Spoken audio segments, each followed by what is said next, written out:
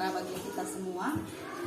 Saya Marina, CGP Angkatan 10, SD Negeri 097343, KP Perdagangan, Kabupaten Simalungun. Kali ini saya bersama rekan saya, Ibu Supianingsih, guru kelas 6 SD Negeri 097343. Selamat pagi Ibu Nining. Pagi Bu. Bu Nining, apa kabarnya hari ini? Alhamdulillah baik Bu Marina. Baik Bu Nining, hari ini kita akan melakukan percakapan praobservasi ya Bu, sebelum nantinya saya mengobservasi Ibu dalam jalannya proses pembelajaran yang Ibu lakukan di dalam kelas. Nah, yang kita lakukan saat ini adalah percakapan praobservasi sebagai persiapan awal agar Ibu lebih siap dan lebih percaya diri, sehingga Ibu dapat memberikan pembelajaran bagi murid yang lebih baik lagi. Bu Nining, ada beberapa pertanyaan yang ingin saya sampaikan kepada Ibu, boleh Bu? Siap. Yang pertama berkaitan dengan tujuan pembelajaran. Jadi apa sih yang menjadi tujuan pembelajaran yang ingin Ibu capai pada hari ini? Baik Bu Marina, akan saya coba jawab berdasarkan rancangan yang saya tulis nantinya. Yang pertama, siswa mampu menyebutkan manfaat tumbuhan dan hewan terkait habitatnya. Yang kedua, siswa mampu membuat poster tentang cara melestarikan tumbuhan dan hewan. Jadi ada 3 tujuan ya Bu ya yang ingin Ibu capai? 2. Oh, 2. Dari materi ini ada 2 tujuan yang ingin saya capai. Dari 2 tujuan ini yang ingin Ibu capai. Nah, bagaimana dengan area pengembangan yang ingin Ibu capai dan yang ingin Ibu lakukan pada kegiatan observasi nanti?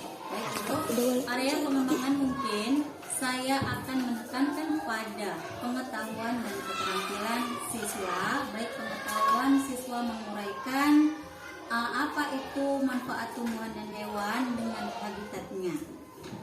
Jadi area pengembangan yang ingin Ibu capai adalah pada aspek pengetahuan dan keterampilan yang ada. Dan yang kedua Bu ada yaitu keterampilan siswa menuliskan rangkuman serta menuliskan kata-kata atau kalimat yang akan dikaitkan dengan tema hewan dan tumbuhan tersebut.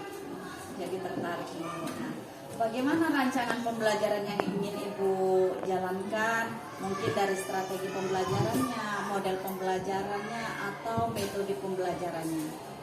Baik Bu, untuk strategi yang saya gunakan adalah pembelajaran berdiferensiasi berdasarkan kesiapan belajar siswa yang diintegrasikan dengan pembelajaran sosial dan emosional.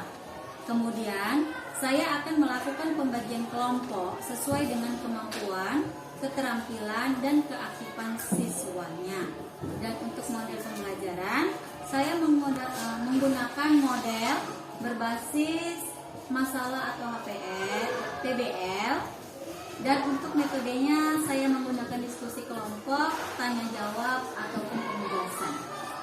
Baik Bu, jadi rencana yang ingin Ibu terapkan di dalam kelas menggunakan strategi pembelajaran berdiferensiasi Bu, yang diintegrasikan dengan pembelajaran sosial, emosional menggunakan model pembelajaran problem based learning ya atau PBL, dan juga dengan menggunakan diskusi kelompok, tanya jawab, dan penugasan. Nah, bagaimana dengan media pembelajaran yang Ibu gunakan dalam kelas? Baik Bu, untuk media pembelajaran yang akan saya gunakan, mungkin saya akan menggunakan badan contoh teks, kemudian LKPD. Oke, baik. Kira-kira kapan Ibu akan dilakukan pembelajaran tersebut? Hari apa dan jam berapa? Baik, kita akan memulainya di hari Kamis jam jam keempat dan 5, tepatnya di kelas 6 ya Bu ya. Oke. Jadi hari Kamis jam 4.05 ya Bu ya. Saya akan melihat langsung dan mencatat hal-hal apa saja yang terjadi di dalam kelas ini. Baik. Jadi setelah melakukan kegiatan observasi atau pembelajaran dalam kelas, kita akan melakukan percakapan yang terakhir ya Bu. Percakapan yang terakhir itu adalah percakapan pasca observasi yang nanti akan didampingi oleh pengajar praktik saya, Ibu Leli Hutabara. Nah, sebelum kita akhiri, kira-kira apa ini Bu yang Ibu dapat dari hasil percakapan kita hari ini? Baik Bu, saya dengan apa yang kita lakukan hari ini, saya mendapatkan gambaran mengenai metode apa yang akan saya gunakan nantinya, kemudian media apa yang akan saya persiapkan, serta memiliki gambaran dari percakapan yang kita lakukan hari ini. Oke, baik Bu, terima kasih Bu atas waktunya. Terima kasih sudah bersedia berbincang-bincang dengan saya dalam percakapan praobservasi. Dan sampai bertemu di kegiatan observasi kelas hari ini ya, hari Kamis jam 45 di kelas 6. Oke, baik, demikian percakapan hari ini. Sampai bertemu di kegiatan observasi kelas dan juga percakapan pasca observasi. Terima kasih. Wassalamualaikum warahmatullahi wabarakatuh.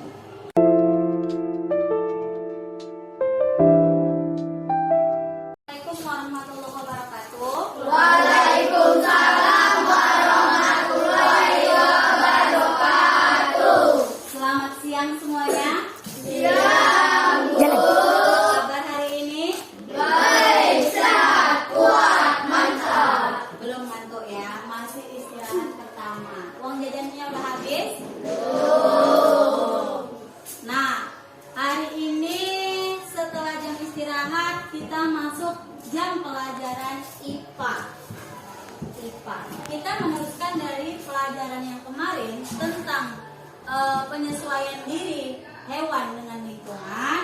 Nah, hari ini coba dibuka dulu halaman 111 tentang cara hewan beradaptasi terhadap kondisi lingkungan tertentu. Sudah dibuka semua? Sudah. Oke, baik. Nah, sebelum kita memulainya, ada baiknya kita berdoa terlebih dahulu, memohon kepintaran sama Allah agar ilmu yang hari ini Ibu sampaikan bisa kalian cerna. Berdoa dimulai. Berdoa selesai. Nah, baik. Semoga doanya didengar oleh Allah Subhanahu wa taala dan dapat kalian aplikasikan dalam kehidupan kalian masing-masing. Nah, lihat, minggu lalu atau beberapa hari yang lalu kita bicara tentang penyesuaian diri hewan dengan lingkungan. Penyesuaian diri hewan dengan lingkungan itu ada dari beberapa jenis, dari bentuk paruh, bentuk gigi, bentuk apa lagi tadi? Bentuk kaki, terus bentuk mulut itu tadi paruh, gigi, terus apa lagi? Itu yang lidah. Dan satu lagi apa? Lupa, Bu. Oke, 4 pun sudah mantap. Nah, itu penyesuaian diri terhadap lingkungan. Tadi kita bilang kalau paruh seperti dia mengikuti apa bentuk makanan yang dimakannya. Ya, hewan terbagi atas 3 untuk makan. Makanan apa? Daging, yaitu karnivora, herbivora pemakan omnivora pemakan daging dan tumbuhan. Dari ketiga bentuk jenis hewan tadi ini, ternyata bentuk paruh, bentuk gigi, bentuk kaki, bentuk lidah itu berbeda-beda. Ya, nah itu pelajaran beberapa hari yang lalu. Nah, sekarang kita belajar tentang cara hewan beradaptasi terhadap kondisi lingkungan tertentu. Kalau kita kedinginan, kalau kita kepanasan, kita bisa nggak mengkondisikan lingkungan kita? Tidak. Misalnya, masa tidak? Kalian kalau kepanasan, kalian mencari kipas? Kalian kalau kedinginan, kalian mencari selimut? Begitu juga dengan hewan. Kalian bisa tahu nggak? Pernah lihat nggak hewan di daerah pegunungan dengan di daerah tropis ada yang berbeda? Karena bulu kambing yang tinggal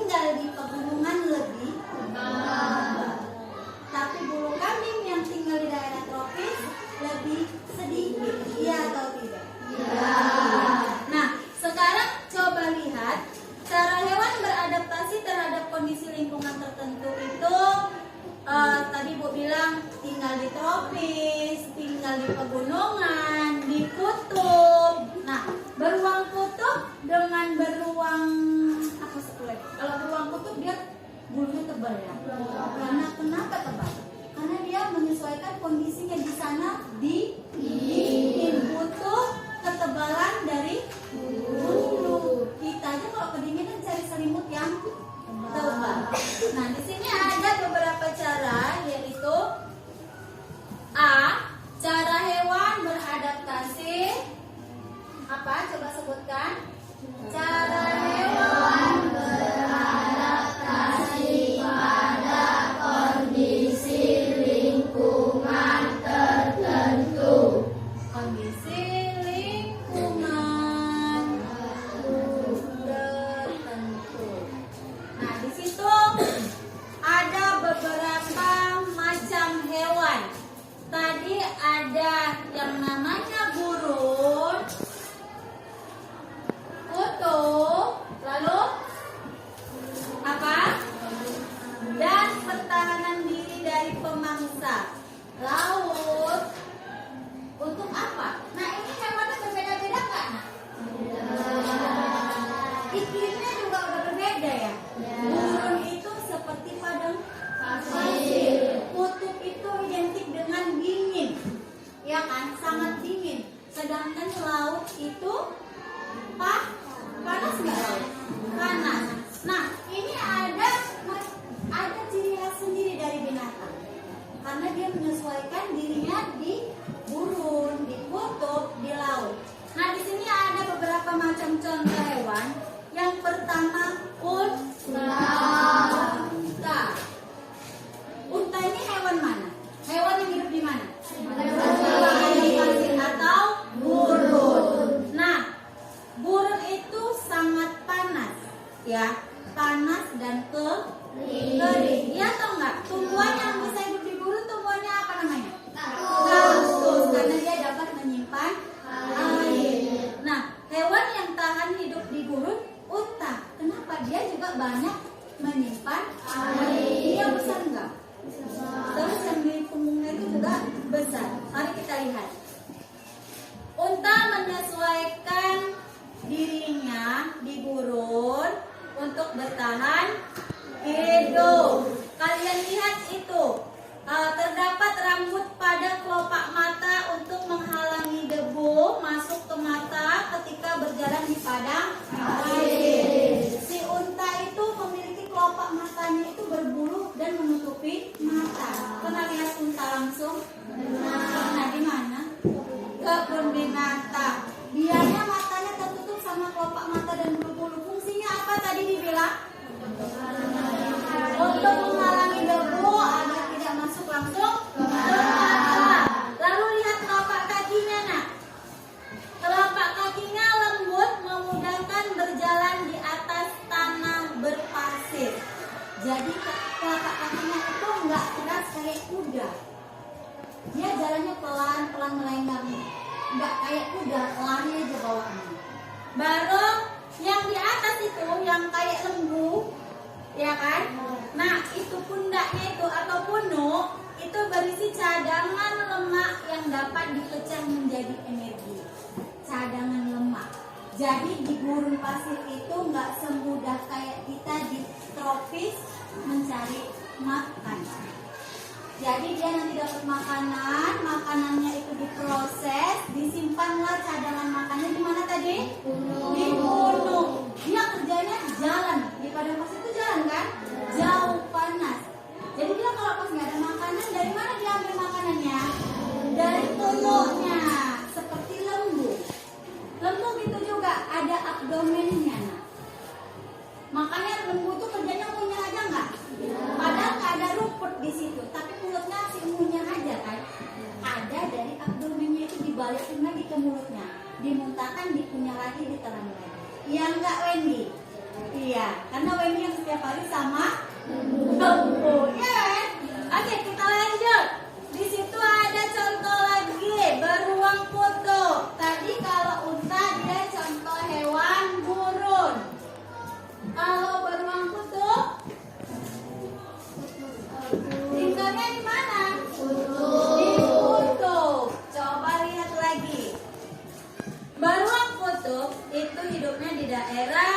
yang sangat dingin di permukaan namanya juga kutub. Kutub utara, kutub iya, timur atau selatan. Gak ada beta di sini ya kan. Oke, kita lanjut. Nah, untuk dapat bertahan hidup di lingkungan, beruang kutub melakukan penyesuaian dengan apa nak? Rambut putih sebagai kamuflase agar tidak mudah terlihat oleh pemburu dan lapisan lemak di bawah kulit untuk bertahan suhu dingin. Beruang kutub itu pasti berwarna putih karena kutub itu dia bersalju. Namanya dingin kali. Jadi daerahnya itu memang salju semua. Jadi kenapa tadi beruang kutub dia berwarna putih? Untuk menghindari dari pemburu atau pemangsa. Ya, dia nanti berbentuk kelukar gitu kayak gundukan salju untuk menyelamatkan diri dari pemangsa. Lalu tadi di bagian bawahnya itu, di bawah kulitnya terdapat lapisan lemak. Kan beruang kutub itu di atas itu bawahnya gede enggak? Gede. Di situ lemak semua untuk dia menyimpan makanan. Tadi kalau unta dibunuh, kalau beruang kutub lemaknya di sini banyak. Jadi kalau bapak kalian gendut, perutnya besar,